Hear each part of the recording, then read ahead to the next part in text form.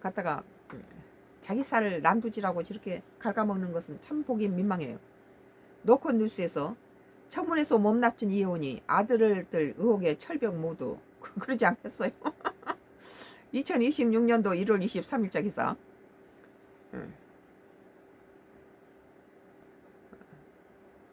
CBS 박지환의 뉴스톡이라는 게 노컷 뉴스예요. 이혜원 기획예산처 장관 후보자 인사청문회가 여러 논란 끝에 오늘 가까스로 열렸습니다. 오늘 가장 뜨거웠던 이슈는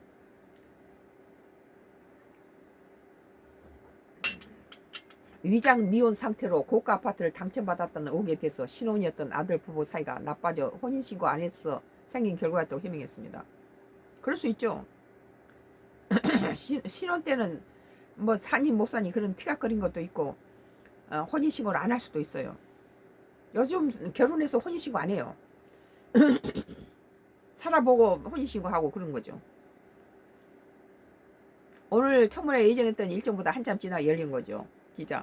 네, 여야는 당초 지난 19일 청문회를 개최하기로 했지만 자료 제출 문제로 둘러싼 공방 끝에 나흘 뒤 지난 오늘에 열렸습니다. 국민의힘당이 이혜원이를 갖다 축하하면서 자기 전공했던 것들을 국가를 위해서 일할 수 있도록 기회를 줘야 됩니다. 분위기부터 궁금한데 후보자 마음껏 몸을 낮췄다고요? 앵커가 그러니까 기자가. 네, 오늘 청문회에서 이 후보자는 비교적 차분한 목소리로 답변에 임했습니다. 앞서 보좌진 갑질 논란이었던 됐던 전화통화 음성과 대비해서 청문회에서 발언 태도가 눈에 띄게 달라졌다는 평가도 나왔는데요. 먼저 모두 발언을 보겠습니다. 이혜원 기획예산처 장관 후보자가 저의 성숙지 못한 언행으로 인해 상처받은 모든 분들께 진심으로 사과드립니다 했네요. 이 후보자가 과거 윤석열 전 대통령 12.3 내란을 옹호했다는 비판에 대해서 내란에 동조했다는 비판을 피하기 어려운 잘못된 판단이었다며 다시 한번 사과했다. 오늘 핵심 의혹은 뭐니 해도 강남 아파트 부정 청약 의혹이었잖아요. 저희 CBS가 처음 보도에 세상에 알려진 건데 뭐라고 해명하던가요? 그러니까 기자가 이 후보자 장남이 2023년 12월 결혼식을 올려놓고도 미혼인 것처럼 해 부양가족 수를 부풀리는 방식으로 청약점을 높여 로또 아파트에 청약했다는 의혹이었죠. 총 25명의 재정경제기획위원회 가운데 서너 명을 제외한 대부분이 이 문제를 물고 늘어졌고 이 사안에 대해서만큼 여야가 따로 없었다. 이 후보자는 이 위장 미혼 의혹에 대해 장남과 며느리가 결혼식 직후 관계가 사실상 파탄이나 혼인신고 등을 하지 않은 것으로 해명됐습니다. 요새는 결혼하고 나서 파탄에 이르는 사람이 많이 있어요. 거의 많이. 이혜원 기획예산처 장관 후보가 혼례를 마치고 곧바로 문제가 생겼습니다. 두 사람의 관계가 깨어진 상황이라 치약으로 치달았습니다. 그래서 당시 저희는 그 혼례를 유지하기 어렵다고 생각했습니다. 이 후보자는 당시 장남이 그 과정에 정신적 충격으로 질환이 발병해 현재까지 치료받고 있다고 설명하기도 했습니다. 앵커는 이 후보자가 힘을 두고 의혹이 해소됐다고 보기는 어려워 보인대요. 그러니까 그렇습니다. 관계가 틀어졌다고 하지만 당첨 이후 혼인선고도 하고 주소도 이전에 갔던데 공개했다고 하기에는 의심은 사라지지 않습니다. 그리고 관계가 악화됐다고 했지만 결혼 직전 구했던 서울 용산구 신혼 전셋집 아파트에 며느리가 와 계속 거주했는지 의원들이 추궁이 이어졌습니다.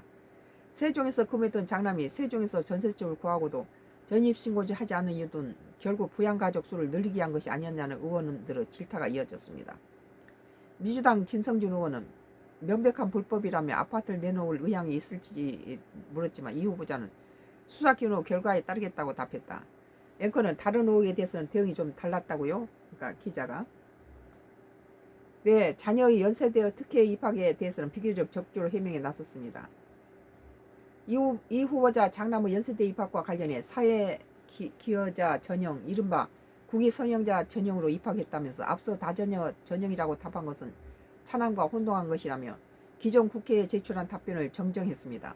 또 시아버지인 고 김태호 전 내무부 장관이 공무원으로서의 공적을 인정받아 청조 근전 훈장을 수여해 연세대 전형 요건에 해당했다며 특혜 입학은 아니라고 선을 그었습니다.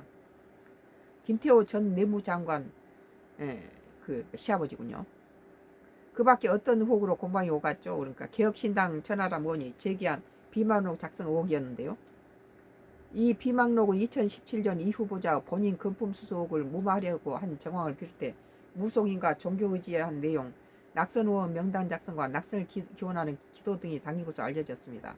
그러나 이 후보자는 본인이 작성한 것이 아니라며 강하게 부인했다. 청문회는 지금 이어지고 있죠. 내 부정과 청약과 위장, 미혼 의혹이 완전히 해소되지 않은 만큼 지르는 밤까지 이어질 가능성이 큽니다. 뭐 이혼이 그것은 또 계속해서 또 중앙일보예요. 같은 이혼이 것은 묶어서 말할게요. 더 중앙일보예요. 2026년도 1월 23일자 기사. 선과 크로스 나이 정치 코멘트를 하겠습니다. 중앙일보에서는 25평에 5명이 어떻게 살았나? 야 지적에 이혼 잠만 잤다 그러는데.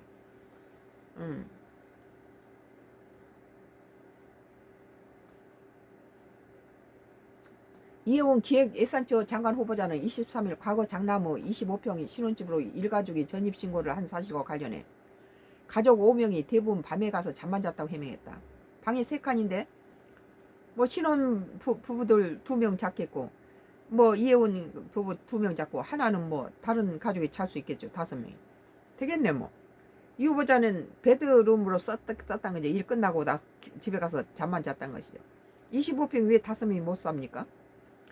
이 후보자는 이날 국회 인사청문회에서 전용면적 25평의 아파트에 일가족 5명이 거주한 것이 궁금하다는 박대출 국민의힘 의원의 지적에 이같이 답했다.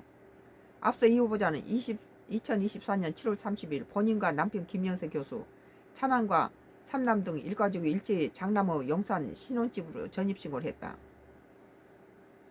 뭐 그러니까 그 장남 용산 신혼집에 장남 부부가 살고 또 차남과 삼남이 둘이 자고 남편과 둘이 또 하면 방 3개면 됐죠. 그 형제가 둘이 자고 신혼부부가 한 방 차지하고 또 시어머니하고 시아버지가 둘이 자면 되죠.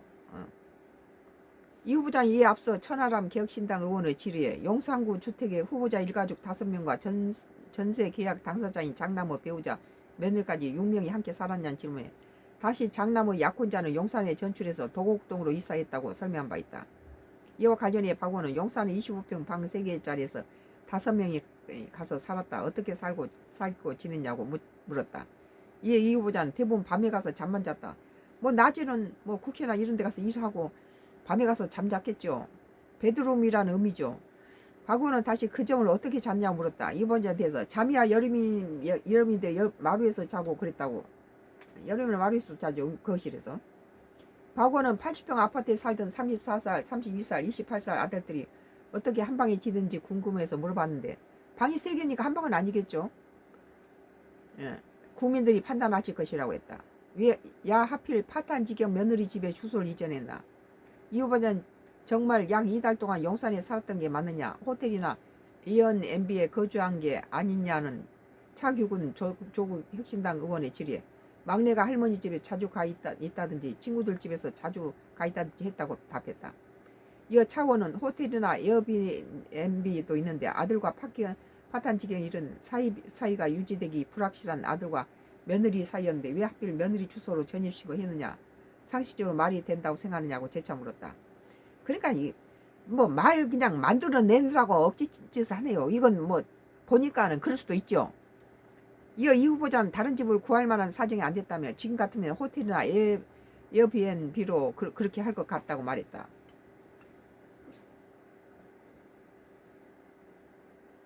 이혼 비망록 의혹에 신앙이 아닌 주술 내가 적을 수 없는 내용. 이 후보는 금품 수수 무마 정원과 무속인 의존 낙선 의원 명단 등이 당시 비망록을 작성했다는 의혹과 관련 정일영 더불어민주당 후보님 비망록 내용이 후보자 생각과 많이 차이가 났냐고 묻자 제가 가장 잘못된 신하고 생각하는 내용들이 제 입에서 나온 말은 말로 적혀 있다며 반박했다. 이 후보는 해당 비망록에 대해 비망록의 신앙이 아니라 주술이라고 생각하는 내용이 담겨 있다. 잘못된 신하고 생각하는 내용이 내 입에서 나온 말로 거의 170페이지나 적혀 있다. 내가 적을 수 없는 내용이라고 주장했다. 갑질 의혹 폭로 후원 청문회 총평 가증스럽다. 박수영 국민의힘 의원은 갑질 의혹을 폭로한 것으로 알려진다. 소속 서울 중구의회 손주화 구의원이 참고인으로 출석하자 그에게 청문회 총평을 요청했다. 손 의원은 가증 썼다는 느낌을 받았다. 거짓말이 많았다고 비판했다.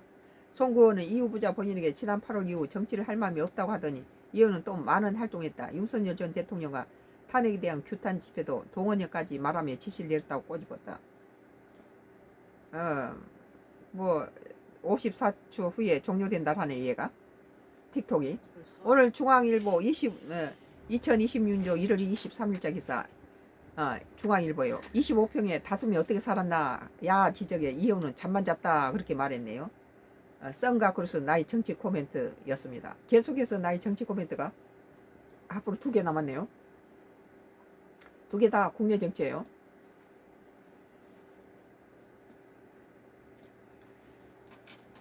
이것 좀 갖다가 이거 21초 남았네요.